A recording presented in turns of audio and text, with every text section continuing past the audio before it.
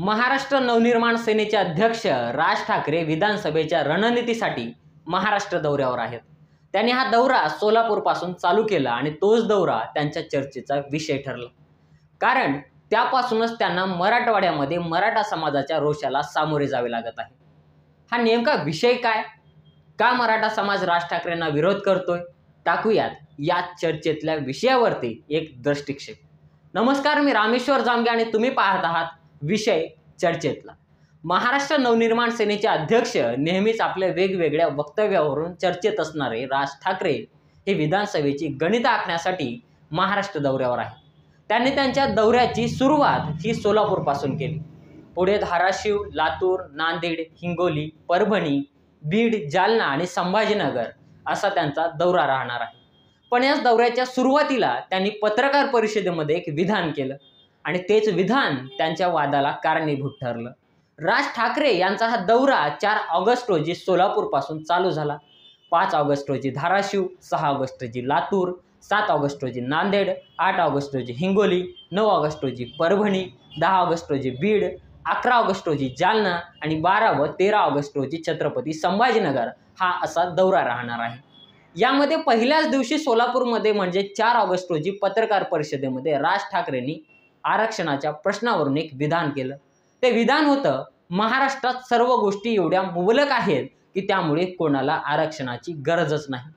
विधान जरी आपल्याला सरळ, साधं, सोपं दिसत असलं तरी सध्या महाराष्ट्रामध्ये मराठा आरक्षण आणि ओबीसी आरक्षण हा मुद्दा चर्चेत आहे।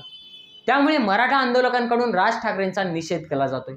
मनोज जरांगे पाटील हे आरक्षणासाठी महाराष्ट्रामध्ये आंदोलन करत आहेत आणि त्याच दरम्यान राज ठाकरेंनी यावर वक्तव्य केलं आणि हीच बाब मराठा आंदोलकांना खटकली आणि त्यांनी राज ठाकरेंना जाब विचारण्यासाठी त्यांच्या दौऱ्याच्या सुरुवातीपासूनच विरोध करायला चालू केलं। सोलापूरमध्ये हे वक्तव्य केल्यानंतर धाराशिवमध्येच त्यांना विरोधाला तोंड द्यावं लागलं। धाराशिवमध्ये ते ज्या हॉटेलवरती थांबले होते त्या हॉटेलवरती मराठा आंदोलक आले आणि त्यांनी घोषणाबाजी चालू केली। राज ठाकरे यांना भेटण्यासाठी ते वेळ मागत होते आणि त्यांनी ते वक्तव्याविषयी राज ठाकरेंना जाबही विचारला। पण पुढे लातूर आणि त्यानंतर नांदेडमध्ये हा विरोध पाहायला मिळाला। नांदेडमध्ये राज ठाकरे येताच मराठा आंदोलक त्यांच्या गाडीपुढे जाऊन घोषणाबाजी देऊ लागले, निषेध व्यक्त करू लागले आणि एकंदरीत पाहायला गेलं तर राज ठाकरे त्यांच्या महाराष्ट्र दौऱ्याच्या सुरुवातीलाच त्यांना मराठा आरक्षण आणि मराठा आंदोलन यांच्या विरोधाला तोंड द्यावं लागत आहे। त्यामुळे राज ठाकरे ज्या विधानसभा निवडणुकीसाठी महाराष्ट्र दौऱ्यावरती आहेत त्या विधानसभेचं मनसेचं भविष्य हे आताच टांगणीवर दिसत आहे। कारण महाराष्ट्रात असणारा बहुतांश मराठा समाज हा राज ठाकरेंच्या विरोधात दिसतोय।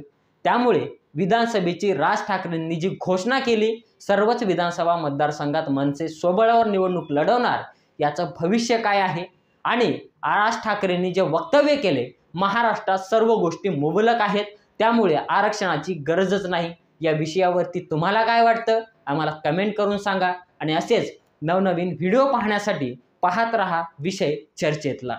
धन्यवाद।